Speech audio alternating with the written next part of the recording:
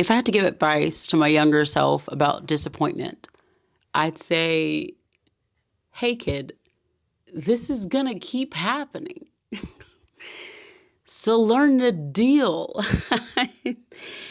It doesn't go away. Disappointment does not go away.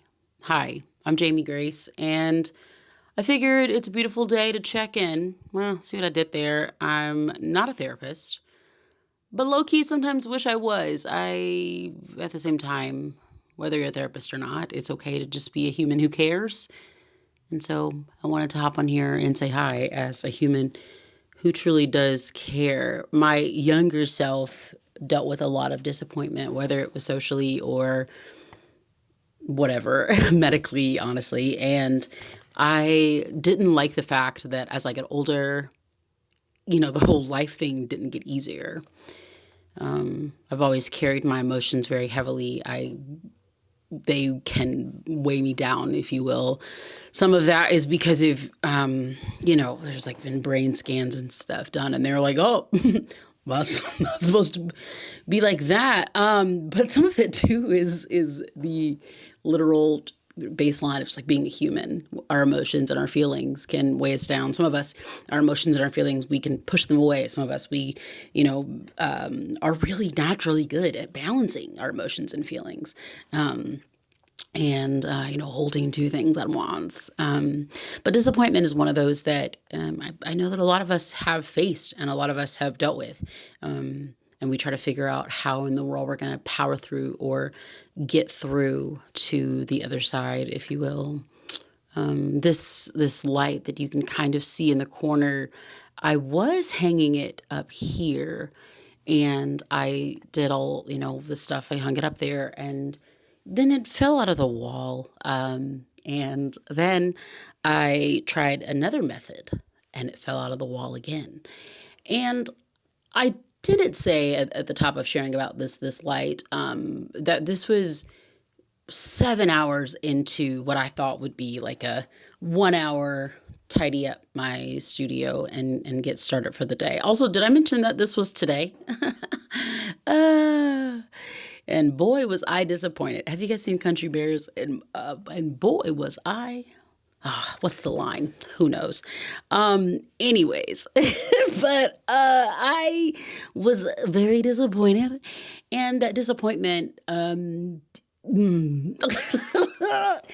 it about took me out, homie. It about took me out because it was just at the very end of other disappointments. Sometimes that can happen too. It's like that happening on any other day where I just kind of had the day to do whatever. It may not have hit me in the same way, but sometimes these small disappointments pile on top of each other and on top of each other. And then it's this one major thing. And all of a sudden you're stuck thinking, maybe not you, someone else, you're stuck thinking and you're stuck wondering and contemplating, what is the point? Why did I try? Was it even worth it? How did I not get this thing that I so adequately planned for and was so intentional about? How did it not work out? Why did I try? Guess I won't try again. It's time to give up. Some people deal with that. So there's that. One of the ways that I've learned to work through disappointment, yes, as an adult, but I mean, this had to start for me as a kid, just dealing with so much medical stuff, is truly just processing, well, what's happening in the present moment and what can I do about the present moment? And I guess those are two majorly different, topics to bring up, right? Like medical stuff, like you don't have control over. And then like me putting a light together was more of the disappointment of me trying to do something and it not working out. Right. So going more toward that and that side of things, when you try to do something, when you believe for something, when you want for something, when you're actively working towards something and then it falls apart. The way that I've kind of learned to work through disappointment like that, disappointment as a whole, is stepping back and assessing what's happening right here, what's happening in this moment, how can I manage, like what can I actually do? And one thing that has helped me is once I realize that there are things that I cannot change, I allow myself to be sad about those things while actively thinking, okay, but what can I do? Today, with this light, I was on a time crunch. I have a lot of stuff to do tomorrow, and I do not have time for this light, a key light for this side of the studio, to not be working. So I allow myself to be frustrated and irritated and not in a great mood, just being honest, not at anybody else, just at the air, just like at the air, got to get it out a little bit, while I actively worked on a solution. Even though I was disappointed, I can't afford to give up all the time. Like, it's okay sometimes to step back and say, I'm not going to do anything right now, but sometimes you got to do something. And then I allow myself to say, okay, what am I not going to do right now, right? What is off limits, or what would help alleviate some of the emotional turmoil, if you will. I was talking with a friend at the time, and I told that friend, hey, I can't talk right now. I'm busy trying to figure something out. Like, I'm stressed. And I stopped talking, and then I kept working.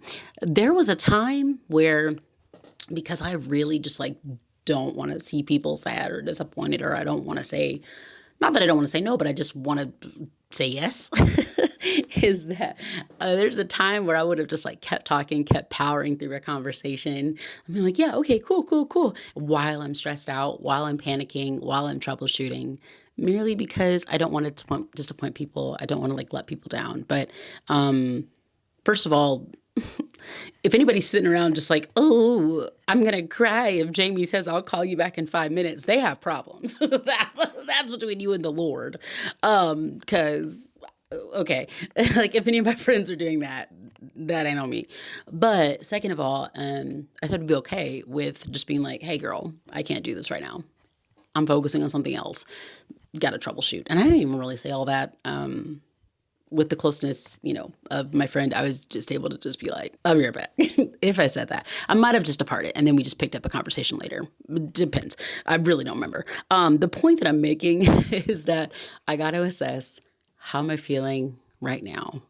Feel how I feel, while I'm actively thinking, do I need to keep moving? What do I need to do?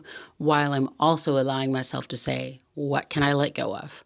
What can I release? What is out of my hands? What is out of my control? Disappointment is a lot, and it's difficult, and it's heavy, and it can be painful. It can be on a different scale of things. Like I said, something with, our medical health. It can be something with technology and trying to, get technology figured out. And it could be something totally different. And disappointment can really, really weigh heavy. So just know that it's a very human, a very real thing to feel, to experience, to navigate through. You're not broken for being disappointed. You're not wrong for having had hope. Those things are okay to feel, and let yourself feel them. It'd be low-key not cool if you're yeah, I just don't really feel these feelings ever. Sadness, joy, just ride it like a monotone. No, don't do that. Don't do that. So those are my thoughts. I'm grateful that my dad is an electrician by trade, because I do think that really helped me with the in real time navigating through technology disappointment, phones breaking, laptops breaking, lights falling out of the wall. I wish y'all could have seen it. It literally just went all the screws, all of them. And then that poster that says keep going was much lower. 6-8 inches lower, and looked way better lower. But then I put it up higher to hide the holes in the wall. Anyways, I wish you a Merry Christmas and a Happy New Year. Also, in case you didn't know, I'm trying to go back on tour in 2025. I feel like that would be fun to sing some songs with you guys live. So the best thing that you can do if you'd like to know when and where and how that happens is to join my mailing list, totally free. You can join it by email or by text mail. Okay. So yeah, link in the description, all that stuff. Thanks for watching this video. Okay, bye.